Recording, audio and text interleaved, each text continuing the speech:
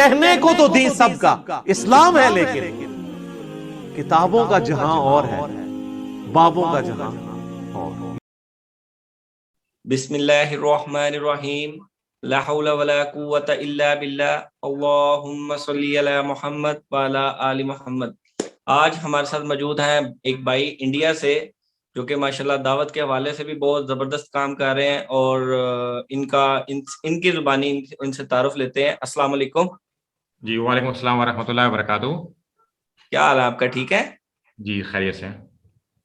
माशाल्लाह। अच्छा, ये बताएं, आप अपना तारुफ करवा दें, आप कौन है, कहाँ से हैं और क्या जी करते हैं, और आप किस फिरके से थे पहले? जी मेरा नाम डॉक्टर मददुल्लाह खान शेरवानी है और मैं अलीगढ़ इंडिया से बिलोंग करता हूँ। और मैंने पीएचडी किया सोशियोलॉजी ऑफ हेल्थ में, मेडिकल कॉलेज में जॉब करता हूँ। रिसर्च का मेरा बैकग्राउंड है। और मैं बचपन में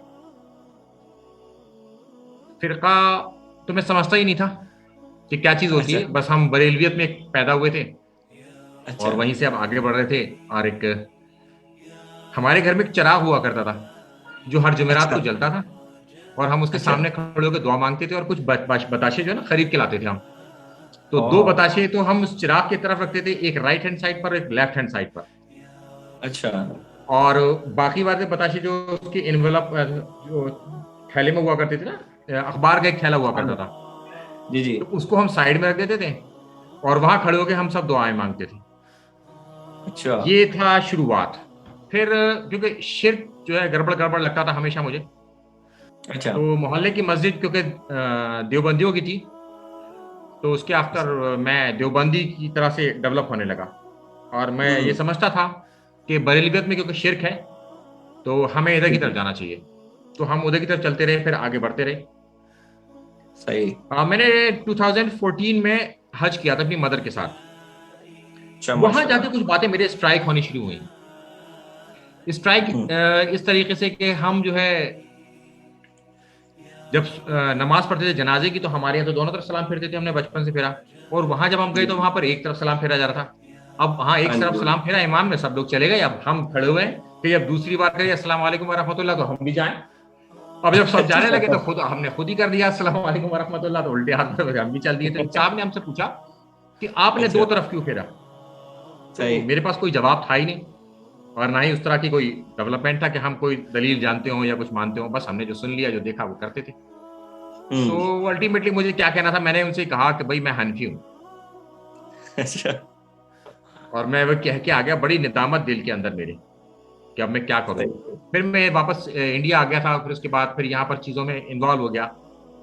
ये बात अच्छा अच्छा। फिर निकल गई मेरे दिमाग से सही। कि मुझे कुछ सीखना है। हाँ फिर हाँ। उसके बाद 2017 में दोबारा से मैं हज करने गया। अच्छा और अब माशाल्लाह। के इस बार जो गया था, मैं गवर्नमेंट ऑफ इंडिया की तरफ से गया था। अच्छा अच्छा अच्छा अच्छा अच्छा अच्छा। तो आप कोई एज वहाँ ए पे जॉब करते थे? हज वॉलेंटियर। तो अच्छा अच्छा उनको सही। फैसिलिटेट करना था हाजियों को। तो मेरे पास दो बिल्डिंग्स थी जिसमें से 556 हाजी थे। उसमें से अच्छा। आधे तो देवबंदी थे और आधे बरेलवी थे। और सही। दोनों बिल्डिंगें आमने सामने थी।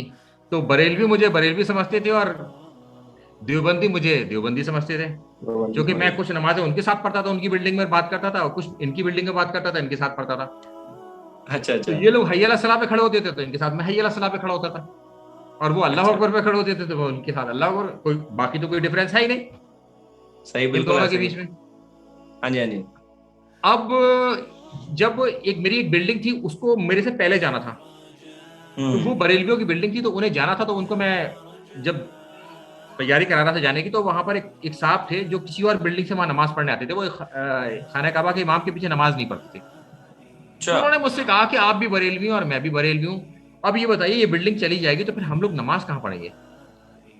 अच्छा। तब मेरी ये बात समझ में आई कि ये नमाज नहीं पढ़ते इनके पीछे। हाँ बिल्कुल ऐसा ही है। तो अब मैंने कहा कि यार, एक मुसलमान दूसरे मुसलमान के पीछे नमाज नहीं पढ़ता। अब इस कश्मकश के साथ मैं दोबारा इंडिया आ गया। अच्छा। अब इंडिया आ गया तो फिर वही अपना शुरू चीजें हो गई। और सही। थोड़ा सा इख्तलाफ मेरा तबलीगी जमात के साथ हुआ, फजाइल अमाल को लेके, उनकी जबरदस्तियों को लेके। हम्म। फिर मेरे एक दोस्त ने मुझे सजेस्ट किया, मेरे दोस्त हैं डॉक्टर तौफीक, वो दिल्ली में असिस्टेंट प्रोफेसर हैं। तो उन्होंने कहा कि अच्छा। इंजीनियर मोहम्मद अली मिर्जा को देखो आप एक बार। सही। मैंने ये सुन के अनसुनी कर दी फिर बात। अच्छा अच्छा। फिर अल्टीमेटली जब इख्तलाफ थोड़ा ज्यादा बढ़ा तो मैंने जो है फजाइल अमाल के ऊपर देखना शुरू करा इंजीनियर मोहम्मद अली मिर्जा को, अच्छा क्योंकि अच्छा। इख्तलाफ देवबंदियों के साथ था ना, तबलीगी जमात के साथ, तो उनकी जो कॉपी जी बुक जी जो है वो बिल्कुल। फजाइल अमाल है। तो हाँ फजाइल बिल्कुल। अमाल पर क्या बात हो सकती है वो मैं जानने की कोशिश कर रहा था। अब हमने ये सही। फजाइल अमाल के खिलाफ उनकी क्लिप्स देखे, फिर हल्के हल्के और भी चीजें देखी क्योंकि इंटरेस्ट बढ़ने लगा। हम्म। मैंने सबसे पहले जो पूरा लेक्चर देखा इंजीनियर मोहम्मद अली मिर्जा का, वो देखा मैंने नमाज के ऊपर। और जैसे ही नमाज मैंने वो का। देखा तो मुझे लगा कि मुझे नमाज इसी तरीके से पढ़नी चाहिए। अब ये क्योंकि कब की बात है? हाँ, ये तकरीबन 17 के बाद 18 में। अच्छा। सही। हाँ मतलब दूसरा हज करने के बाद थोड़े दिन के बाद ये सब शुरू हुआ। तो मुझे अच्छा इसलिए अच्छा। याद रहता है उस हज की वजह से कि हाँ टर्निंग हाँ। पॉइंट वहां हो रहा था मेरे साथ, स्ट्राइक जो थी ब्रेन पर वहां हुई थी। जी जी। और उसमें भी हाँ फिर मुझे बिल्कुल तीन ऐसा चार ही। साल लग गए वहां तक आने में। सही। फिर अल्टीमेटली हमने क्या किया कि एक ये उनका लेक्चर सुना, और उसके बाद मेरे एक पड़ोसी हैं महराज भाई, अच्छा। मैंने उनसे इस बात को डिस्कस किया कि ऐसे ऐसे मसला है यार, नमाज इस तरीके से पढ़ी जाए। वो काफी बड़े हैं हमसे और काफी मैं रेस्पेक्ट भी करता हूँ उनको। जी। तो उन्होंने कहा यार जब मसला यही है, अब ऐसे ही पढ़नी है नमाज, तो फिर चलो आज से ही शुरू करते हैं। तो फिर हाँ हमने जो है बिल्कुल। मस्जिद के अंदर नमाज पढ़नी शुरू करी, और मस्जिद भी हमने चुनी अपने मोहल्ले की बाहर वाली, अच्छा, बाहर क्योंकि अपने वाली। मोहल्ले वाले तो एक साथ नाराजी हो जाएंगे ना सारे। जी जी और बिल्कुल उतना ऐसा ही है। इंटेलिजेंस लेवल, यानी कि उतनी ज्यादा इंफॉर्मेशन और नॉलेज हमारे पास थी नहीं कि हम इनका मुकाबला कर पाते, क्योंकि बिल्कुल शुरू हम्म। की बात थी, बस हम समझ गए थे मगर किसी को समझा नहीं सकते थे। जी जी जी जी। सही बात है। तो ऐसा हमने कल्चर ये भी काम हमारे। करना शुरू किया कि आसपास की मस्जिदों में हमने नमाज पढ़नी शुरू करी। अपनी मस्जिद को अवॉइड करते थे, दूसरी मस्जिदों में जाकर नमाज पढ़ते। जैसे मैं मेडिकल कॉलेज में हूँ तो मेडिकल कॉलेज की मस्जिद में रफुल जैन के साथ नमाज पढ़ता था, सुन्नत तरीके अच्छा। के साथ, और अपनी मस्जिद में मैं इन लोगों के साथ। फिर थोड़े दिन बाद कहा कि जब ये है ही नहीं तो छोड़ो मस्जिद। थोड़े दिन अपनी मस्जिद में जाना बंद कर दिया, आसपास की मस्जिदों में नमाज पढ़ता रहा। फिर अल्टीमेटली जब हम दो लोग हो गए यहाँ पर, तो फिर हम्म। हमने सोचा कि आप मस्जिद में पढ़ते हैं। फिर हमने मस्जिद सही। में जाके पढ़नी शुरू करी, और बस मस्जिद में पढ़ना क्या था कि एक गर्म माहौल हो गया, क्योंकि मैं बचपन से नमाज पढ़ता था, सब लोग मुझे जानते थे। अच्छा। हाँ, हम्म। मैं बहुत छोटी उम्र से नमाज पढ़ता था, मगर उन्हें ये लगा ये क्या हो गया इसको। अब वो जी। मैं जब नमाज पढ़ने जाता था तो जो तबलीगी जमात के यहाँ पर अमीर हैं महबूब आलम साहब, और वो मेरी नकल बना बना के दिखाते थे कि तुम लोग ऐसे करके नमाज पढ़ते हो, जबकि अच्छा। हम नीचे करके हाथ के नमाज पढ़ते थे। मगर वो नकल जो बनाता है तो थोड़ा सा बढ़ जाता है आदमी चढ़ाने के लिए। जी जी बिल्कुल ऐसा ही है। फिर मैं एक दिन वितर की नमाज पढ़ रहा था, तब भी उन्होंने मुझे काफी टोका कि भाई जो है ना, तुम तो अहले हदीस बन गए हो, तो तुम्हें दुआ हाँ। मांगनी चाहिए कुनूत वितर पर, तुम नीचे अच्छा हाथ करके क्यों नमाज पढ़ रहे हो। तो आधा तीतर आधा बटेर नहीं चलेगा, ये नहीं होगा वो नहीं होगा, किसी एक इमाम की पैरवी करनी है। अच्छा। तो अब तक मतलब हमें ये सब तो पता था, मगर हम किसी से मुकाबला करने लायक थे नहीं, बस खुद चल हम्म। रहे थे। क्योंकि ये सही। प्रेशर मेरे ऊपर बहुत ज्यादा था कि लोग स्ट्राइक करते थे मेरे ऊपर। हम्म। फिर मैंने लगातार इंजीनियर मोहम्मद अली मिर्जा को सुनना शुरू किया, और उनके जितने भी मसाइल के जो लेक्चर्स हैं वो सारे सुने। उनका एक कोर्स ज्वाइन किया मैंने, उसमें था ओनली मुस्लिम्स, जी जी। तो वो मुस्लिम मैंने उसको बाउंड्री ज्वाइन किया, और वहां से मैंने सारे कोर्स किए। जो भी उनका जो लेक्चर आता था रोज में एक डेढ़ घंटा सुबह फजर की नमाज के बाद वो सुनता था। अच्छा। फिर मैं उसके बाद मेडिकल कॉलेज जाता था। सही तो सही, ये एक जबरदस्त। तैयारी थी मेरी। और वहां से मैंने क्या हुआ कि इंजीनियर मोहम्मद अली साहब मिर्जा का जो एक सबसे अच्छा रुख है, वो बारीकी के साथ सफ़े पर खड़ा कर देते हैं आदमी को, यानी कि पेज पर, इस पेज बिल्कुल। पर ये लिखा है, या ये एग्जैक्टली ये रेफरेंस है, ये आयत, ये सूरा, या ये हाँ जी। हदीस का नाम, और ये उसका हदीस का नंबर, हम्म। यानी कि बुक का नाम। तो इस तरीके से उन्होंने कहा, तो बिल्कुल वो ऐसा मैंने है। एक डायरी मेंटेन की और उसमें मैंने लिखना शुरू किया। तो अच्छा। नोट करने में थोड़ा देर भी लगती थी, वो आसान बात तो होती नहीं है। तो वो हौले हौले हौले हौले करके मैं ये चीजें जोड़ने लगा, मगर मुझे ये लगने लगा साथ में कि यार मैं अपनी तरीके का एक ही मुसलमान हूं यहाँ पर, अच्छा। मतलब सारे लोग ही अलग हैं, मैं अकेले ही अलग हूँ, क्या करें। सही। व्हाट्सएप के ग्रुप्स में मैं मूव होता था इधर से उधर, लोग काफी ज्यादा 10-10 20-20 लोग मेरे से एक साथ मुकाबला करते थे। अच्छा। डिबेट मैं असल में अपने कॉलेज पीरियड से ही करता था, तो डिबेटर तो मैं था, और मैं गलत बात सही। पर भी लोगों को फंसा देता था। अब यहाँ तो सही अच्छा। बात थी, कोई भी गलत बात भी अगर मैं कर रहा हूँ, कोई सामने वाला सही भी कर रहा होगा, तो मैं उसे इतना अटका दूंगा कि वो आगे नहीं बढ़ सकता। सही। अच्छा। ये एबिलिटी थी मेरे अंदर, क्योंकि मेरे एक टीचर थे, वो जो है ना हमेशा मुझे पॉइंट कहते थे चुनने के लिए वो साइड जो बहुत ही डिफिकल्ट हो, जो बिल्कुल ही गलत हो, तो वो मुझे वो चलवाते थे। इसलिए मेरे अंदर ये एबिलिटी डेवलप हो चुकी थी कि मैं गलत बात को भी बहुत अच्छी तरह से डिफेंड कर सकता हूँ और बहुत बुरी तरीके से फंसा दूंगा सामने वाले को। सही सही। अब ये तो सही बात थी, और मैंने वो 10-10, 20-20 लोगों से व्हाट्सएप पर मुकाबला करना शुरू किया, और मैं लैपटॉप के साथ बैठा था तमाम दलाइल को करके ना अपने साथ, और दनादन दनादन मैंने लगाना शुरू किया उनके खिलाफ, क्योंकि मोबाइल से इतना तेजी से काम हो नहीं सकता था। हाँ जी, सही बात है। ये करते करते करते करते मैं एक ग्रुप में पहुंचा जिसका नाम था हुसैनियत और यजीदियत,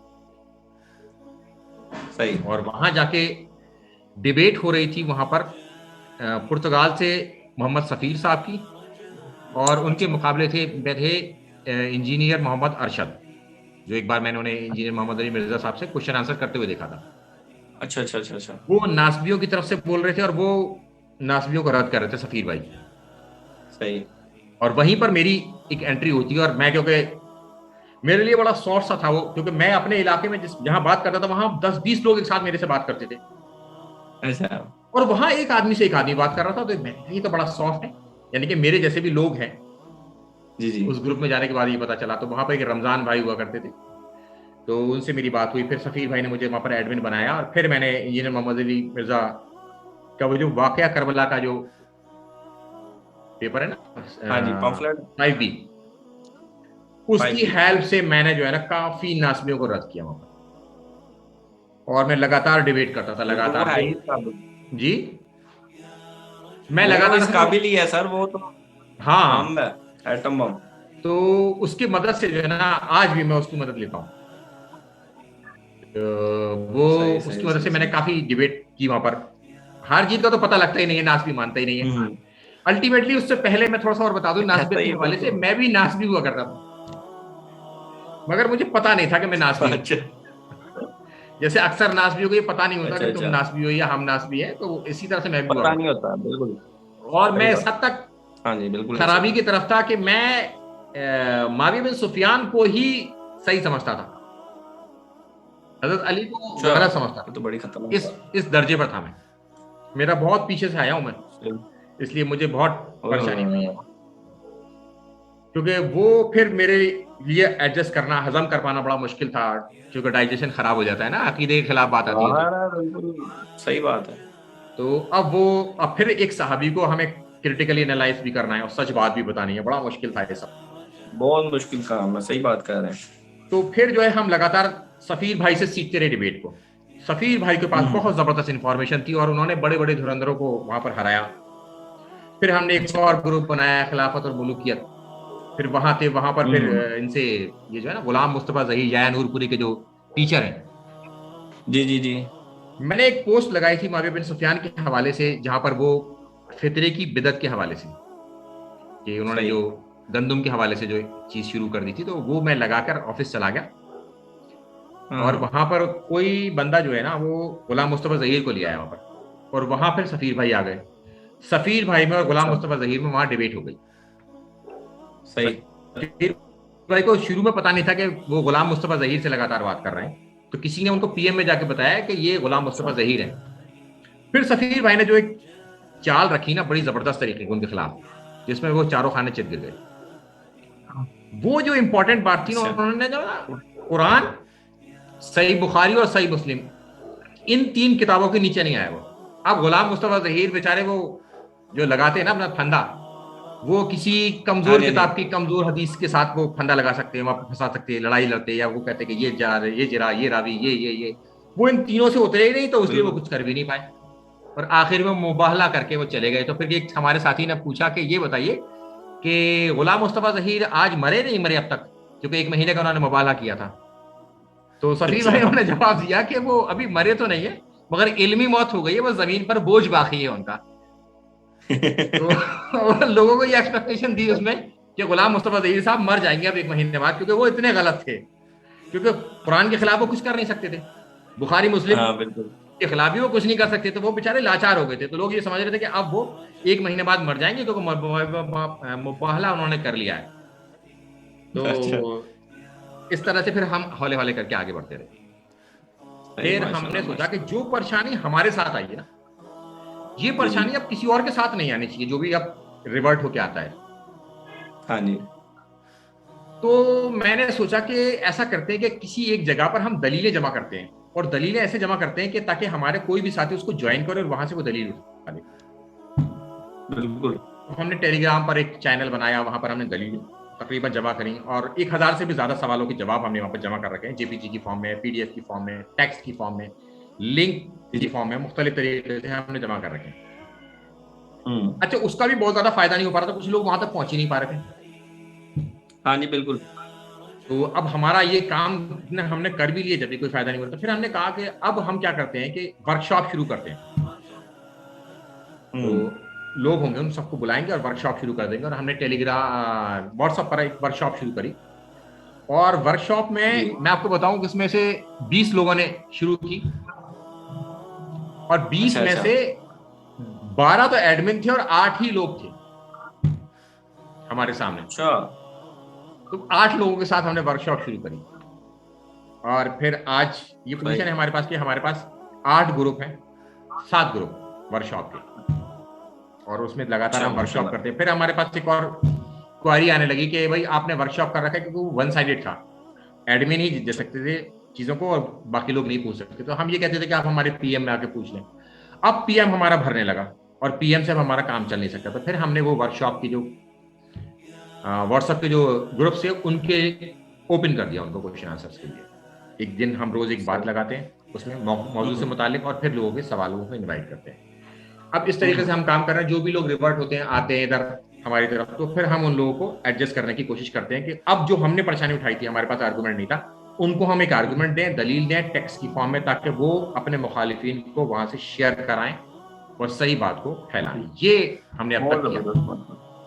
बहुत जबरदस्त काम माशाल्लाह कर रहे हैं आप। अच्छा, अपने चैनल का नाम भी जरा मेंशन कर दें ताकि लोग वो सुन लें। वैसे मैं उसको ना लिंक भी डिस्क्रिप्शन में लगा दूंगा आपके चैनल का, लेकिन लोगों तक आप नाम भी बता दें अपने चैनल। हाँ, वो बस हमने रखा है मेरे नाम से ही है, डॉक्टर मददुल्लाह खान शेरवानी, यूट्यूब पर। और आप अपने डिस्क्रिप्शन में उसका लिंक दे दिएगा, मैं हमारे व्हाट्सएप का भी लिंक दे दिएगा, टेलीग्राम चैनल का भी लिंक दे दिएगा, ताकि कोई भी रिवर्ट होकर वापस आना चाहे तो हमसे दलील ले सकता है। और हमने तो ये भी कह रखा है जिस ग्रुप में मैं हूँ मुझे मार्क कर दे, मैं जवाब दे दूंगा वहां पर आके। बस मैं अब थोड़ा सा अवॉइड करता हूँ, क्योंकि डिबेट में मेरे साथ ऐसा हुआ कि मेरे पास बहुत घंटे खराब होते हैं। हाँ जी, 3 दिन 4 दिन डिबेट चलती है, तो वो बड़ा मुश्किल हो जाता है। अभी फिलहाल में मैंने एक अली माविया नाम के एक देवबंदी हैं, फखरुज़्ज़मा बरूही, वो देवबंद की तरफ से मुनाजरा करते हैं, तो उनसे थोड़े दिन पहले ही मेरा मुनाजरा भी हुआ था। तकरीबन दो वीक्स का। तो उसमें से कोई मुनाजरा हो जाता है, बड़ा मुश्किल होता है, क्योंकि फिर वो एडमिन को खोल देते हैं और वो एक अजीब कैफियत बन जाती है, तो वो लगातार होता रहता है। फिर मैं टाइम भी ले लेता हूँ फिर उनसे उसमें कि भाई ऐसा है कि संडे कर लीजिए, मंडे कर लीजिए, क्योंकि मैं संडे में ही फ्री होता हूँ। तो इस तरह की चीजें हमारे पास आती ही रहती है लगातार डिबेट के लिए। अभी भी दो जगह से डिबेट का ऑफर है, तो लगातार हम करते रहते हैं, मगर डिबेट हम मजबूरी में ही करते हैं। जी। असल में जो सवाल जवाब लेके आते हैं ना, वो जवाब दे नहीं पाते, तो फिर वो कहते हैं कि आप आ जाओ डिबेट कर लो। एक हनफी भाई है, वो परेशान कर रहा है मैं बहुत, रफुल जैन के हवाले से। तो जब मैं गया उस ग्रुप में कल ही मैंने उनको ग्रुप में जाके मैंने कहा, अच्छा देखिए मैं लंबी डिबेट तो नहीं कर पाऊंगा, आपको जो सवाल आए उसका मैं जवाब दे दूंगा आपको। तो उन्होंने वो हदीस लगाई तिरमिजी वाली 257, तो इसको कोई आज तक सही साबित नहीं कर पाया है। तो मैंने कहा ठीक है, मैंने मुल्ला अली कारी का वो जीपीजी लगा दिया कि मुल्ला अली कारी जो है अन वाली रिवायत कबूल नहीं करते सुफियान सूरी की, तो पहले इन पर फतवा लगा दो बाकी के। फिर उसके बाद उनका जवाब ही नहीं आया, वो बोले फोन पर बात कर लो। मैंने कहा मेरे पास इतना टाइम नहीं कि मैं फोन पर बात करूं, आपका जो सवाल हो आप मुझे भेज दें, मैं आपको जवाब दे दूंगा। अब वो 2-3 दिन तक डिबेट कर पाना जो थोड़ा सा मुश्किल हो गया है मेरे लिए, क्योंकि मेरे पास पीएम में सवाल बहुत है, और अब तकरीबन मैं 9 ग्रुप चला रहा हूँ सवाल और जवाब के, तो मेरे पास बहुत ज्यादा सवाल है। तो मैं चाहता हूँ कि जो लोग सीखने आए हैं ना उनको सिखाया जाए, ना कि उन लोगों से बात की जाए जो सीखना चाहता ही नहीं है। ये तो कुरान में आया ना कि आप आया है। जी बिल्कुल, आप दीन को सिखाए, जो सीखना चाहते हैं, जो चाहते हैं उनको बात पहुंचाएं आप। बिल्कुल ऐसा ही है। जैसे मेरे जैसे लोग हैं, वो परेशान हैं, उनके पास दलील नहीं है, वो क्या जवाब दें, उनको हम दलील दे दें। नहीं, बहुत बेहतरीन माशाल्लाह आप काम कर रहे हैं। अच्छा ये बताएं कि इसमें अली भाई से तो माशाल्लाह आपका तारुफ भी हुआ और आपने उनको कह लें कि स्टडी भी किया, फिर जिस तरीके से उन्होंने बताया आप चलते रहे, उनकी बातें मानते भी हैं, सुनते भी हैं। आपको उनसे कोई इख्तलाफ है, कोई ऐसा इख्तलाफ जो आप उससे उनसे करते ओहो, हो? बड़ा मुश्किल है ये बात कि देखिए अच्छा। सूरह तौबा आयत नंबर 100 जी जी। अल्लाह ताला ने बिल्कुल वाजे कर दिया, साबिकून और अव्वलून, फिर उनको हाँ हाँ आइडेंटिफाई हाँ। भी कर दिया, मुहाजिरीन और अंसार। हम्म। इनमें से मतलब वो भी सारा ग्रुप नहीं, उसमें से भी फिर मिनिमाइज कर दिया। जी जी। इत्तबा जो एहसान के साथ करेगा अल्लाह उससे राजी। और मुआविया बिन सुफियान ने तलवारबाजी कर ली। देखिए बुग्स तो दिल में छुपी हुई चीज का नाम है, जो अब्दुल्लाह इब्न अब्बास रजी अल्लाह ताला अन्हु ने पकड़ा था। जी जी। मगर ये बुग्स तो आया हो गया, सामने आ गया तलवार लेके। हाँ अब तो वो छुपी हुई चीज भी ना रही। और अली से बुग्स तो मुनाफिक ही रखेगा, मोहब्बत मोमिन। और बिल्कुल बुग्स जो ऐसे है ही दिल है। में छुपी हुई चीज का नाम है, और कोई तलवार लेके ही सामने खड़ा हो जाए। और उसने उस आयत के तहत अपने आप को खुद बाहर कर लिया। हम्म। रजात का तो वादा है, मगर एहसान के साथ, इत्तबा के साथ। अगर कोई शख्स अपने आप को खुद बाहर कर ले तो फिर वो रजी अल्लाह कैसे? हम्म। यही बात लेकिन वो मुझे अली भाई आपको की जो पता है ना, उन्होंने बिल्कुल समझ में नहीं आती। इस और बारे जबकि में ये तो बात उन्होंने कुरान काफी में है। दफा जवाब दिया होता ये है। अली जी भाई ने इसका जवाब दिया, मगर मैं मुतमईन नहीं हूं उससे। इसलिए कि ये बात तो कुरान में आ गई ना बात। अब ये बात तो अल्लाह हम्म। ताला कह रहा है ना, इनकी इत्तबा में एहसान के साथ कर रही है। और कोई उनके साथ तलवारबाजी कर रहा है, जंग कर रहा है, सब करा रहा है। आप लानत कहिए या जो चाहे वो कहिए, तो फिर वो तो उसका हकदार ना रहा ना, क्योंकि शर्त लग गई अल्लाह ताला की, और शर्त के वो बाहर हो गया। ये बात मैं अली भाई की कभी भी नहीं मान पाऊंगा। क्योंकि जब कोई बात, क्योंकि हमने ये बात अली भाई से ही सीखी है ना, कि कुरान और सुनना हमारे लिए मेन है ना।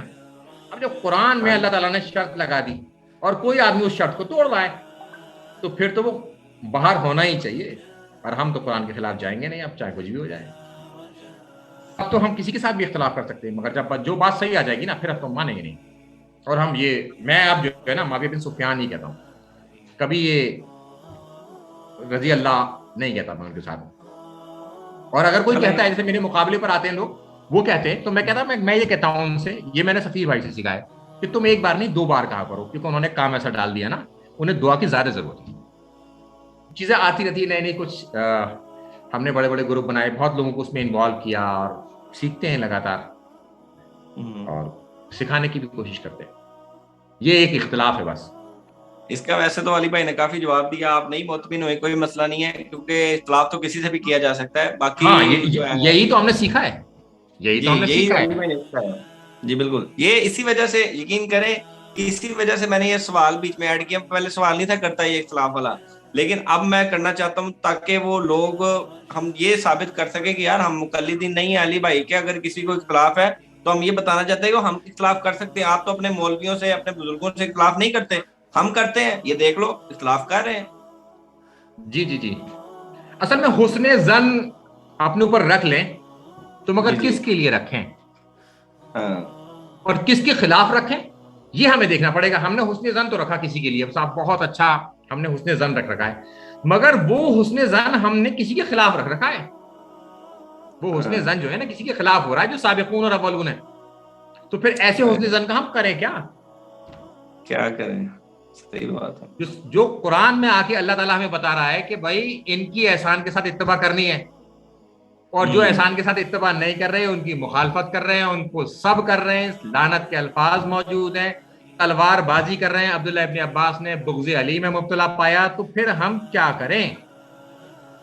फिर हुस्ने जन हम हजरत अली के लिए रखेंगे ना उनके मुखालिफिन के लिए, जबकि हमें पता ही है कि उनके मुखालिफिन हक पर नहीं है, फिस्क और जी फुजूर में बिल्कुल। मुब्तला है। तो फिर हुस्ने जन उनके लिए रखें या इनके लिए रखें?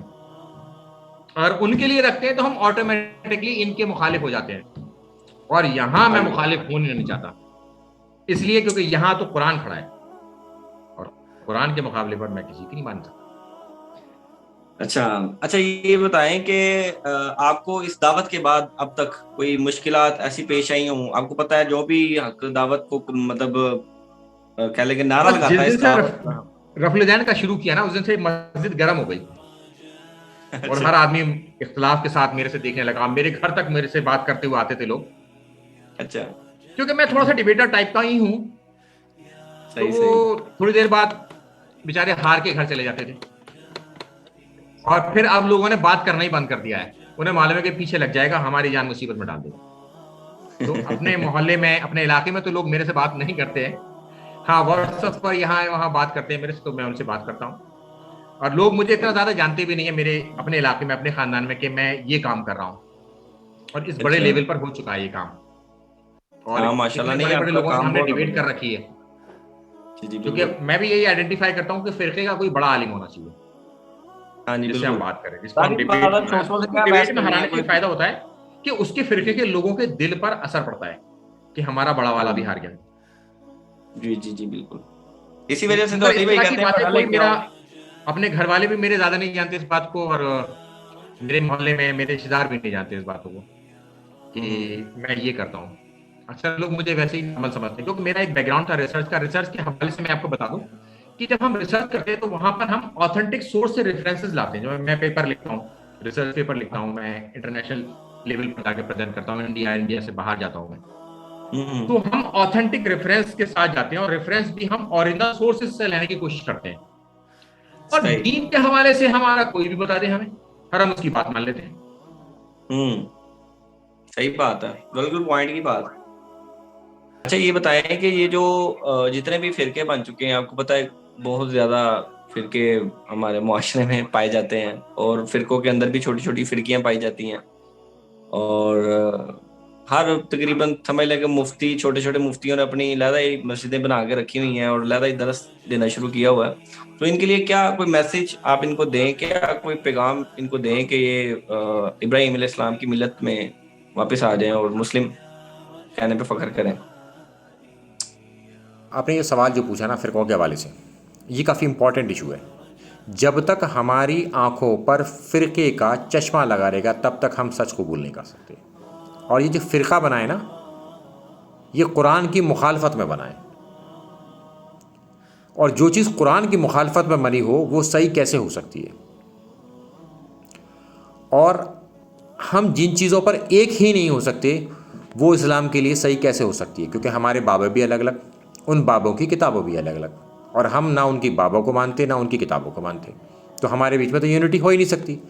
अच्छा, जिस चीज़ पर यूनिटी हो सकती है उसको हम छोड़े हुए हैं, यानी किताबुल्लाह, यहाँ पर हम यूनाइट हो सकते हैं। अल्लाह पर हम यूनाइट हैं, नबियों पर भी हम यूनाइट हैं। तो हम बजाय अपने बाबों को और उनकी किताबों को पकड़ने के, इन तीन चीज़ों को पकड़ें, अल्लाह को, अल्लाह की किताब और नबियों।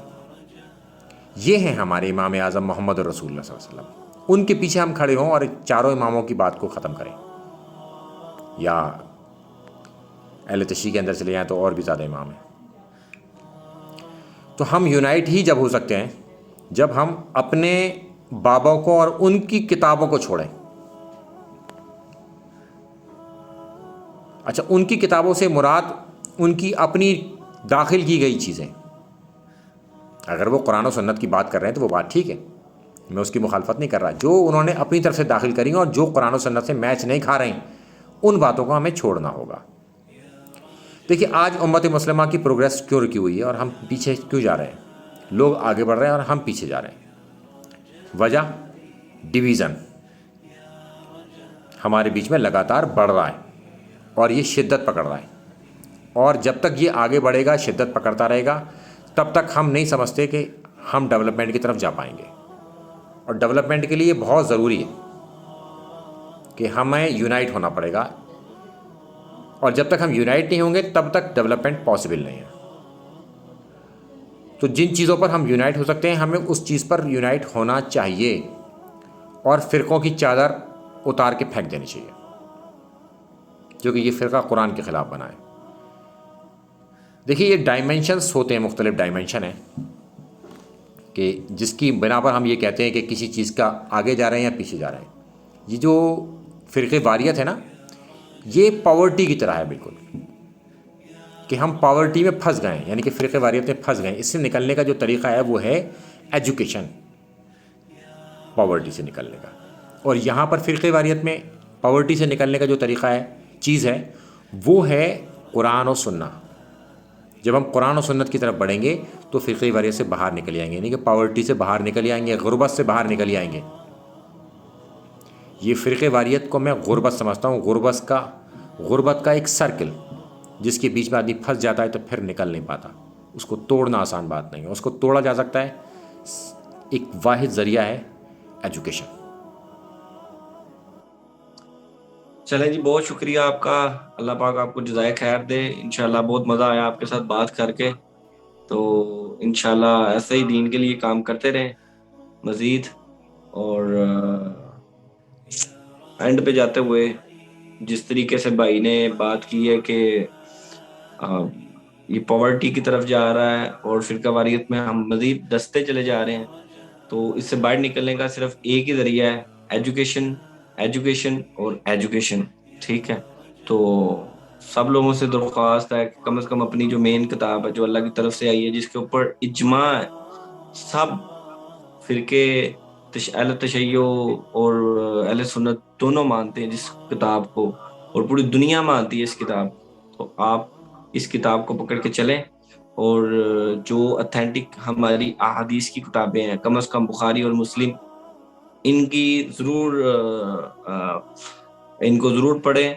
और इससे इंशाल्लाह आपको जो आप बचपन से सुनते आ रहे हैं, बचपन से देखते आ रहे हैं, इंशाल्लाह आपको 180 डिग्री का जो है ना वो फ़र्क नज़र आएगा। इसलिए कहते हैं कि मरने से पहले है मुसलमान कर ले इस पे गौर, किताबों का खुदा हो रहा है, बाबों का खुदा हो रहा है। और ये आप जब ये किताबें पढ़ लेंगे ना, तो इसके बाद आप यही नारा लगाएंगे, आपको पता चल जाएगा यार हम कहाँ थे और ये इस किताबों में क्या निकला है। जज़ाकल्लाहु खैरा व अहसनल जज़ा। अस्सलामु अलैकुम व रहमतुल्लाहि व बरकातहू। कि मरने से पहले ए मुसलमान कर ले इस पे गौर, किताबों का खुदा और है, बाबों का खुदा